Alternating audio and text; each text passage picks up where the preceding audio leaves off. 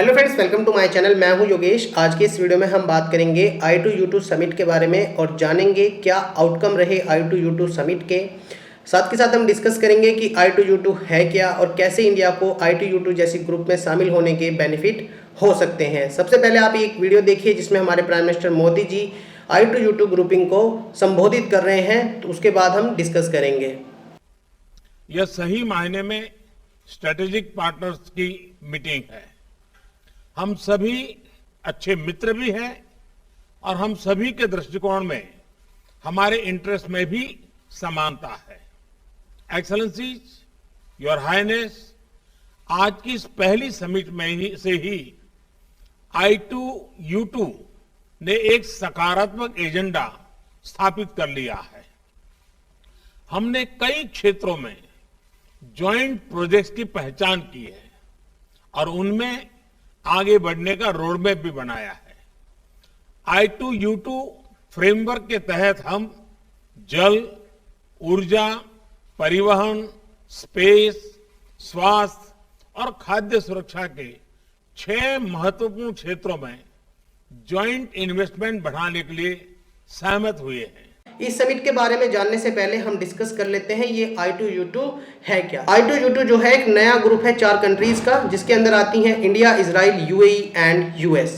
इसको नाम दिया गया है international forum for economic cooperation.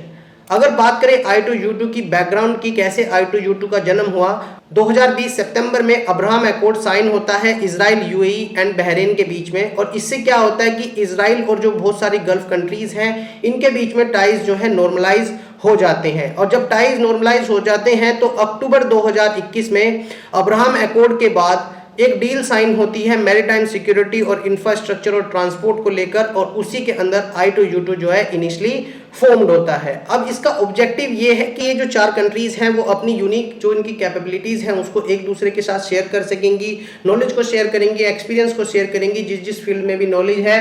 Like कि इंडिया के पास सॉफ्टवेयर इंडस्ट्री है, US के पास डिफेंस इक्विपमेंट है, इजराइल के पास डिफेंस इक्विपमेंट है, बहुत सारा एक्सपीरियंस है इजराइल को रिगार्डिंग सोल्ट वाटर के ट्रीटमेंट में, एग्रीकल्चर में। UAE के पास ऑयल है और इंफ्रास्ट्रक्चर की कैपेबिलिटीज है, कैसे अच्छा खासा इंफ्रास्ट्रक्चर ये लोग डेवलप करते हैं। अब बात कर लेते हैं हम मेन आउटकम्स क्या रहे इस समिट के। देखिए, यूनाइटेड अरब एमिरेट्स ने अनाउंस किया है कि वो $2 बिलियन इन्वेस्ट करेगा फूड पार्क्स में अक्रॉस इंडिया। फूड पार्क्स बनाए जाएंगे और वहां से क्या होगा कि जो फूड इनसिक्योरिटी है इन साउथ एशिया और मिडिल ईस्ट, उसको टैकल करने में ये चारों कंट्रीज जो हैं वो पार्टिसिपेट करेंगी। और पार्टिसिपेट कैसे करेंगी? फूड पार्क्स बनाकर इंडिया में। एक और जो इसका आउटकम है वो ये है, जो जॉइंट स्टेटमेंट में निकलकर सामने आया है कि एक हाइब्रिड रिन्यूएबल एनर्जी प्रोजेक्ट बनाया जाएगा गुजरात में, जिसकी कैपेसिटी 300 मेगावाट की होगी। इसके अंदर विंड और सोलर कैपेसिटी दोनों बनाई जाएंगी और एक बैटरी एनर्जी स्टोरेज सिस्टम भी बनाया जाएगा। और चारों की चारों कंट्री जो है इसमें अपनी एक्सपर्टीज शामिल करेंगी और फंडिंग भी देंगी। इसके बाद जैसे ही ये समिट खत्म होता है, उसका एक और न्यूज निकल कर आती है कि अदानी ने डील सील कर ली है इजराइल की गवर्नमेंट के साथ। अब अदानी जो है गैदोद, जो कि एक इजराइल की कंपनी है, उसके साथ मिलकर हाइफा पोर्ट के अंदर जो है उसके कामकाज को देखेगी और उसके अंदर जो कार्गो आते हैं उसकी हैंडलिंग करेगी। अब बात कर लेते हैं, अगर इंडिया ऐसे ग्रुप में शामिल होता है तो उसके क्या बेनिफिट होते हैं। देखिए, इंडिया जब पार्टिसिपेट करता है I2U2 जैसे समिट में, तो यहाँ पर होता क्या है कि इंडिया को एक मौका मिलता है वेस्ट एशिया में अदर देन एक इंपोर्टर के रूप से निकलकर एक इंपोर्टेंट प्लेयर बनने का। इंडिया बात करता है कि हम आपकी फूड सिक्योरिटी को देखेंगे, हम आपके साथ कोऑपरेट करने को तैयार हैं। तो उससे क्या होता है कि ये जो 4 कंट्रीज हैं उनकी डिपेंडेंस बढ़ती है इंडिया के ऊपर, ट्रेड के जो नए आयाम हैं वो खुलते हैं इन 4 कंट्रीज के बीच में। और एक डिपेंडेंस जब एक कंट्री की दूसरी कंट्री के ऊपर हो जाती है तो उनके रिलेशन जो हैं वो काफी एरिया में मर्ज होने लगते हैं और वो एक साथ काम करने लगते हैं वर्ल्ड स्टेज के ऊपर। अब से पहले होता क्या था कि इंडिया को अलग अलग डील करना पड़ता था वेस्ट एशिया को और इजराइल को, क्योंकि वेस्ट एशिया और इजराइल के रिलेशन सही नहीं थे पैलेस्टीन इशू को लेकर।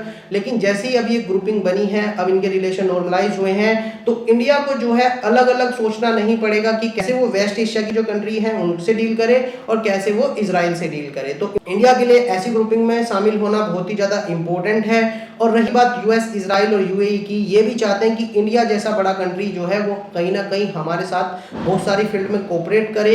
एक ह्यूज मार्केट है इंडिया। अब ये लोग अगर प्रोडक्ट बनाएंगे तो बेचेंगे किसको? तो इंडिया को ऐसे ग्रुप में शामिल होकर ना इन लोगों की भी कहीं ना कहीं मजबूरी बन जाती है। तो हमारी जो पॉपुलेशन है, हमारी जो लार्ज मार्केट है, उसका बेनिफिट हमें मिलना चालू हो गया है। तो इस वीडियो में इतना ही। वीडियो अच्छा लगे तो चैनल को सब्सक्राइब करें, लाइक करें, शेयर करें, कमेंट करें। Thank you. जय हिंद।